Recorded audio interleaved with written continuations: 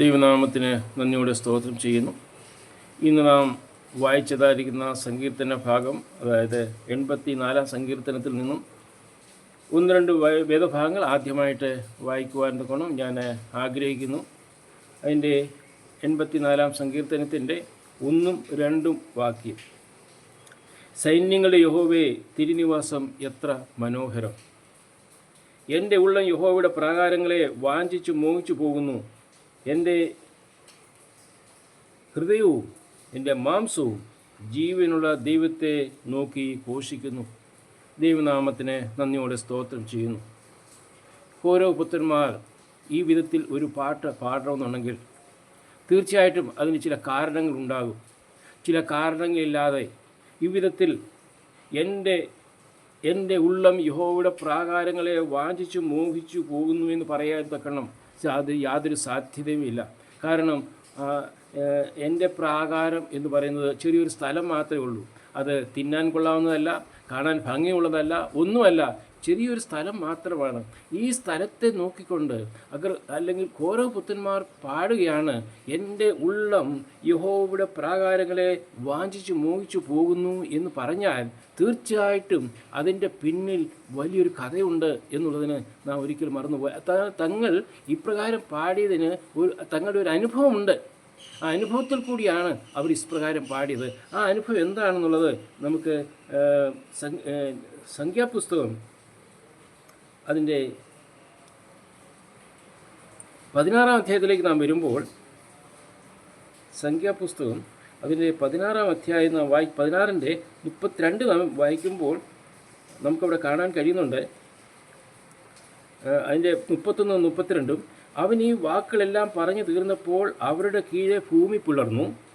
32 ഭൂമി വായി തുറന്ന് അവരെയും അവരുടെ കുടുംബാംഗങ്ങളെയും ഹോരനോട് ചേർന്നിട്ടുള്ള എല്ലാവരെയും അവരുടെ സർവ്വസമ്പത്തിനെയും വിഴുങ്ങിക്കളഞ്ഞു. കാരണം ഒന്നുമല്ല, ഈ ഓരോ പിതാക്കന്മാരെ ഈ വിധത്തിൽ ദൈവം ശിക്ഷിക്കുവാൻ കാരണം അവർ മോശയ്ക്കും അഹരോനും, അല്ലെങ്കിൽ വേറൊരു വിധത്തിൽ പറഞ്ഞാൽ യഹോവയ്ക്ക് വിരുദ്ധമായിട്ട് പിറുപിറുത്തു എന്നുള്ള ആ പാപത്തിൻ്റെ മേൽ ഈ ഓരോ പിതാക്കന്മാരെ ദൈവം ശിക്ഷിക്കുന്നു എന്നുള്ളത് കൂടെയുള്ളവരെയും ദൈവം ശിക്ഷിക്കുന്നു എന്ന് കാണുവാൻ കഴിയുന്നുണ്ട്.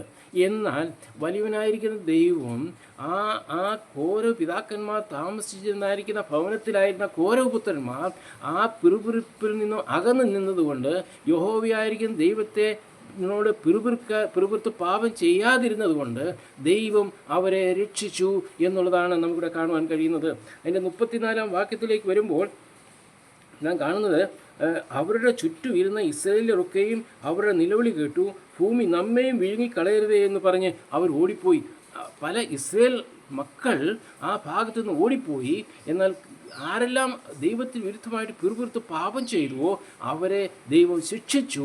എന്നാൽ ഇതെല്ലാം കണ്ടുകൊണ്ട് നിന്നതായിരിക്കുന്ന കുറച്ച് ഇസ്രായേൽക്കാരും അതുപോലെ തന്നെ കോരഹിൻ്റെ പുത്രന്മാരും ദൈവത്തിൽ വിശ്വസിച്ചതുകൊണ്ട് അവരെ ദൈവം ശിക്ഷിച്ചില്ല. അവരെ ഭൂമി വായു പിളർന്ന് അവരെ വിഴുങ്ങിക്കഴിഞ്ഞപ്പോൾ ഓരോ പുത്രന്മാരെ വിഴുങ്ങിയില്ല. എന്നാൽ ഇവരൊക്കെ അത് കണ്ടുകൊണ്ടിരുന്ന അവസരത്തിൽ ദൈവം അവരെ രക്ഷിച്ചതുകൊണ്ട് അവർ പാടുകയാണ്, യഹോവയായ ദൈവമേ, നിൻ്റെ പ്രാകാരത്തെ ഞാൻ വാഞ്ചിച്ച് മോഹിച്ചു പോകുന്നു. അതിൻ്റെ ഒരു വേദഭാഗം കൂടി ഞാൻ വായിക്കാൻ ആഗ്രഹിക്കുന്നു. അതിൻ്റെ സംഖ്യാപുസ്തകം അതിൻ്റെ 26 അധ്യായം, സംഖ്യാപുസ്തകം 26 അധ്യായം അതിൻ്റെ 10ഉം 11 ഇപ്രകാരമാണ്: ഭൂമി വായി തുറന്ന് അവരെയും കോരഹിനെയും വിഴുങ്ങിക്കളയുകയും തീ 250 പേരെ ദഹിപ്പിക്കുകയും ചെയ്ത സമയം ആ കൂട്ടം മരിച്ചു, അവർ ഒരു അടയാളമായി തീർന്നു. ശ്രദ്ധിക്കുക 11 വാക്യം: എന്നാൽ കോരഹിൻ്റെ പുത്രന്മാർ മരിച്ചില്ല. കോരഹിൻ്റെ പുത്രന്മാർ മരിക്കാഞ്ഞതിൻ്റെ കാരണം ഈ കോരഹിൻ്റെ പുത്രന്മാർ കോരഹിൻ്റെ പിതാക്കന്മാർ ദൈവത്തെ അവശേഷിച്ചപ്പോൾ, ദൈവത്തിന് വിരുദ്ധമായിട്ട് പാപം ചെയ്തപ്പോൾ കോരഹപുത്രന്മാർ തങ്ങളുടെ പിതാക്കന്മാരെ അനുസരിക്കാതെ ദൈവത്തെ അനുസരിച്ച് ദൈവഭയത്തിൽ അവർ ആയിരുന്നതുകൊണ്ട് ദൈവം അവരെ ശിക്ഷിച്ചില്ല, ദൈവം അവരെ വിടുവിച്ചു. അങ്ങനെ ദൈവം അവരെ വിടുവിച്ചത് മുഖാന്തരം ദൈവത്തിന് നന്ദി പറയുവാനായിട്ട് അവർ പ്രാകാരത്തിലേക്ക് ഓടി വന്നിരിക്കുകയാണ്. അവരുടെ ഭവനത്തിലേക്കല്ല, അവരുടെ കൂട്ടുകാരുടെ ഭവനത്തിലേക്കല്ല, പിന്നെയോ പ്രാകാരത്തിലേക്ക് ഓടി വന്നിട്ട് ആ സ്ഥലത്ത് നിന്നുകൊണ്ട് പാടുന്ന പാട്ടാണ് ഈ 16-ാം ഈ 84-ാം സങ്കീർത്തനം. 84-ാം സങ്കീർത്തനം മാത്രമല്ല, 42 ഓരോ പുത്രന്മാരുടെ ഇതിലൊരു പാട്ട് നമുക്ക് കാണാം. 46 നമുക്ക് കാണാൻ കഴിയുന്നുണ്ട്. സങ്കീർത്തനം 88 ഓരോ പുത്രന്മാരുടെ ഈ വിധത്തിലുള്ളതായിരിക്കുന്ന പ്രാർത്ഥനകൾ നമുക്ക് കാണുവാൻ തക്കണം കഴിയുന്നുണ്ട്. അങ്ങനെ അവിടെ നിന്നും രക്ഷപ്പെട്ടതുകൊണ്ട് അവർ പ്രാകാരത്തെ മറന്നില്ല. പ്രിയരെ, ഇവിടെ ഒരു കാര്യം നമുക്ക് ചിന്തിക്കുവാൻ തക്കുള്ളത്, ഇന്ന് ഈ ദൈവാലയത്തിലേക്ക് നാം കടന്നു വന്നിരിക്കുമ്പോൾ ദൈവം നമ്മെ രക്ഷിച്ചത് മുഖാന്തരം ദൈവത്തെ നാം ആരാധിക്കുവാൻ കടന്നു വന്നിരിക്കുകയാണല്ലോ. എങ്ങനെയാണ് ദൈവം നമ്മെ ആരാധിച്ചത്? ഇതിന് പിന്നിൽ വലിയൊരു കഥയുണ്ട്. കോരഹപുത്രന്മാരെ രക്ഷിച്ച് അവർ പ്രാകാരത്തിലേക്ക് കടന്നു വന്നു കഴിഞ്ഞപ്പോൾ ആ കോരഹപുത്രരുടെ പിന്നിൽ വലിയൊരു കഥയുണ്ടായിരുന്നു എന്നതുപോലെ നാം ഇന്ന് ദേവാലയത്തിലേക്ക് കടന്നു വന്ന്, ഈ സഭയിൽ കടന്നു വന്ന്, പരിശുദ്ധ സഭയിൽ കടന്നു വന്ന് ദൈവത്തെ ആരാധിക്കുമ്പോൾ, ദൈവത്തെ മഹത്വപ്പെടുത്തുമ്പോൾ നമ്മുടെ പിന്നിലും വലിയൊരു കഥയുണ്ട്. അത് 2000 വർഷങ്ങൾക്ക് മുമ്പ് നമ്മുടെ കർത്താവായ യേശു ക്രിസ്തു കാൽവരി ക്രൂശിൽ മരിച്ച് നമ്മെ രക്ഷിച്ചതാണ്. നമ്മെ മറ്റുള്ളവരെ പോലെ നാവും മരിക്കേണ്ടവരാണ്. ദൈവമില്ലാത്തവരായിട്ട് മരിച്ച് നാം അടയേണ്ടവരായിരുന്നു, നാം മരിച്ചു പോകേണ്ടവരായിരുന്നു. എന്നാൽ നമ്മെ അവിടുന്ന് രക്ഷിച്ചു. അതുകൊണ്ട് നാം ഇന്നിവിടെ കടന്നു വന്നിരിക്കുകയാണ്, ദൈവാലയത്തിലേക്ക് കടന്നു വന്നിരിക്കുകയാണ്. ഇന്ന് നമുക്കും ആ കോരഹപുത്രന്മാരോട് ഒപ്പം തന്നെ പറയാം, ദൈവമേ യഹോവേ, നിൻ്റെ തിരുനിവാസം എത്ര മനോഹരം. അതുമാത്രമല്ല, എൻ്റെ ഉള്ള യഹോവയുടെ പ്രാകാരങ്ങളെ വാഞ്ചിച്ച് മോഹിച്ചു പോകുന്നു. അതുമാത്രമല്ല, 84-ാം സങ്കീർത്തനത്തിലേക്ക് നാം കടന്നു വരുമ്പോൾ 4 ഭാഗ്യാവസ്ഥ നമുക്കവിടെ കാണുവാൻ കഴിയുന്നുണ്ട്. 84-ാം അധ്യായത്തിൻ്റെ 4-ാം വാക്യം എന്താണ്? 4 ഭാഗ്യാവസ്ഥ എന്താണ്? നിൻ്റെ ആലയത്തിൽ വസിക്കുന്നവർ ഭാഗ്യവാന്മാർ. പ്രിയരെ, നമ്മൾ ഭാഗ്യവാന്മാരാകട്ടോ. ദൈവസഭയിൽ നാം കടന്നു വന്നിരിക്കുന്നത് തന്നെ നാം ഒരു ഭാഗ്യവാന്മാരാണ്. അനേകരെ ലഭിക്കാത്തതായിരിക്കുന്ന ഈ ഭാഗ്യവതി നമുക്ക് ദൈവം തന്നിരിക്കുന്നു. നമുക്ക് ദൈവത്തെ സ്തുതിക്കാം, ദൈവത്തെ മഹത്വപ്പെടുത്താം. അതിനുശേഷം പറയുന്നത്, അവർ നിന്നെ നിത്യം സ്തുതിച്ചുകൊണ്ടിരിക്കും. ദൈവത്തെ നാം നിത്യം സ്തുതിച്ചുകൊണ്ടിരിക്കണം കേട്ടോ. ദൈവം നമ്മോട് ചെയ്തതായിരിക്കുന്ന വലിയ കരുണ, വലിയ ദയ, ദൈവം നമ്മെ ആ മരണത്തിൽ നമ്മെ രക്ഷിച്ചതുകൊണ്ട് നാം എങ്ങനെ സ്തുതിക്കാതിരിക്കാൻ കഴിയും? നമുക്ക് ആ ദൈവത്തെ നമുക്ക് സ്തുതിച്ചുകൊണ്ടിരിക്കാം. അതുപോലെ തന്നെ അതിനുശേഷം അതിൻ്റെ 5-ാം വാക്യത്തിലേക്ക് നാം കടന്നു വരുമ്പോൾ 5-ാം വാക്യം ഇപ്രകാരമാണ് പറയുന്നത്, ബലം നിന്നിലുള്ള മനുഷ്യൻ ഭാഗ്യവാൻ. ഇങ്ങനെയുള്ളവരുടെ മനസ്സിൽ സിയോനിലേക്കുള്ള പരിപാടികളുണ്ട്. ബലം നിന്നിലുള്ള മനുഷ്യൻ ഭാഗ്യവാൻ. ആ ഒരു ശക്തി ദൈവം തന്നിട്ടുണ്ട്, ആ ബലം ദൈവം തന്നിട്ടുണ്ട്. ആ ബലത്തിൽ നാം ഇന്ന് ആയിരിക്കുന്നു. നമുക്ക് ദൈവത്തെ സ്തുതിക്കാം. ഒരു ഭാഗ്യപദവി കൂടി ദൈവം നമുക്ക് തന്നിട്ടുണ്ട്.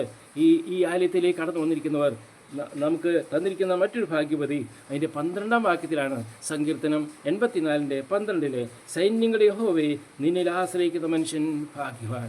നമുക്ക് ദൈവത്തിൽ ആശ്രയിച്ചുകൊണ്ട്, ദൈവസന്നിധിയിലിരുന്നുകൊണ്ട് നമുക്ക് വളരെ ഗൗരവത്തോടുകൂടി നമുക്ക് പ്രാർത്ഥിക്കാം, നമുക്ക് ആരാധിക്കാം ദൈവത്തെ. കർത്താവേ, ഞങ്ങൾ എത്ര ധന്യരാണ്. നിന്നിൽ ഞങ്ങൾക്ക് ആശ്രയിക്കുവാൻ സഹായിച്ചു, നിന്നിൽ ഞങ്ങൾക്ക് ബലം തന്നു. അതുമാത്രമല്ല, എല്ലാ രീതിയിലും ദൈവം ഞങ്ങളെ അനുഗ്രഹിച്ചിരിക്കുന്നു. ആയതുകൊണ്ട് ഇന്ന് പകൽക്കാലത്ത് ഈ വലിയനായിരിക്കും ദൈവത്തെ നമുക്ക് ആരാധിക്കാം. ഓരോ പുത്രന്മാർ അനേകർ രക്ഷപ്പെട്ടുവെങ്കിൽ തന്നെയും പ്രാകാരത്തിലേക്ക് കടന്നത് ഓരോ പുത്രന്മാർ മാത്രമായിരുന്നു. പ്രിയരെ, അനേകർക്ക് വേണ്ടിയാണ് കർത്താവായ യേശു ക്രിസ്തു മരിച്ചത്. എന്നാൽ ഈ 7 പാവപ്പെട്ടുമായിരിക്കും നമുക്ക് ഈ സഭയിലെ ഈ ദേവാലയത്തിലേക്ക് കടന്നു വന്നുകൊണ്ട് അവനെ സ്തുതിക്കുവാൻ, അവനെ ആശ്രയിക്കുവാൻ, അവൻ തന്ന ബലത്തിൽ നമുക്ക് ദൈവത്തെ ആരാധിപ്പാൻ, മഹത്വപ്പെടുത്തുവാൻ തന്ന ഈ നല്ല അവസരത്തിനായിട്ട് നമുക്ക് ദൈവത്തെ സ്തുതിക്കാം.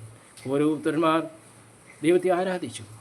ഓരോ പുത്രന്മാർ അത് മറക്കുവാൻ കഴിയില്ല അവരുടെ ജീവിതത്തിൽ. കാരണം അവരുടെ കണ്ണിന് മുൻപാകെ കണ്ടതാണ്. അവരുടെ പിതാക്കന്മാർ പോലും മൺമറഞ്ഞു പോകുന്നത് അവർ കണ്ടതാണ്. അവരെ രക്ഷിച്ചപ്പോൾ അവരെങ്ങനെ പ്രാകാരത്തിലേക്ക് കടന്നു വരാതിരിക്കും? പ്രിയരെ, നമുക്ക് ഈ ഞായറാഴ്ചയുടെ രാവിലെ സമയത്ത് നമുക്ക് ദൈവത്തെ ആരാധിക്കാം. എങ്ങനെ നമുക്ക് ആരാധിക്കാതിരിക്കുവാൻ കഴിയും? എങ്ങനെ ദൈവത്തെ നമുക്ക് സ്തുതിക്കാതിരിക്കാൻ കഴിയും? കാരണം അവൻ വലിയ നമുക്ക് ചെയ്തു തന്നു. എന്താണ് അവൻ ചെയ്തത്? കാൽവരി ക്രൂശ്. ഗതസമനെ ഇടം മറന്നിടുമോ? ഒരിക്കലും നമുക്ക് മറക്കുവാൻ കഴിയില്ല. ആ കാൽവരിക്കൊന്നും ഒരിക്കലും നമുക്ക് മറക്കുവാൻ കഴിയില്ല. ആകാശത്തിനും ഭൂമിക്കും മധ്യ തൂങ്ങപ്പെട്ട കർത്താവായ യേശു ക്രിസ്തു, എനിക്ക് നിങ്ങൾക്ക് വേണ്ടി കാൽവരി കുരിശിൽ മരിച്ച ആ കർത്താവ്, ആ മരണത്തിൽ നിന്ന് നമ്മെ രക്ഷിക്കുവാൻ അവൻ മരിച്ചു. നമ്മെ മരണത്തിൽ നിന്ന് രക്ഷിക്കുവാൻ, നമുക്ക് നിത്യജീവൻ തരുവാൻ വേണ്ടി അവൻ നമുക്ക് വേണ്ടി മരിച്ചു. അവൻ അതിസുന്ദരനായിരിക്കുന്ന കർത്താവായ യേശു ക്രിസ്തു നമ്മെ സൗന്ദര്യമുള്ളവനാക്കി മാറ്റുവാൻ അവൻ വിരൂപനായി തീർന്നു. കണ്ടാൽ ആളല്ല എന്ന് തോന്നുമാറ് അവൻ വിരൂപനായി തീർന്നു എന്ന് നാം വായിക്കുന്നുണ്ട്. ഇത്രമാത്രം വലിയ കാര്യങ്ങൾ ചെയ്ത് നമ്മെ ഇത്രത്തോളം വീണ്ടെടുത്ത ഈ ദൈവത്തിൻ്റെ പാദപീഠത്തിൽ വീണ് നമുക്ക് നമസ്കരിക്കാം. ദൈവം നമ്മെ ദൈവം സഹായിക്കട്ടെ. ദൈവനാമം മഹത്വപ്പെടുമാറാകട്ടെ. ആമേൻ.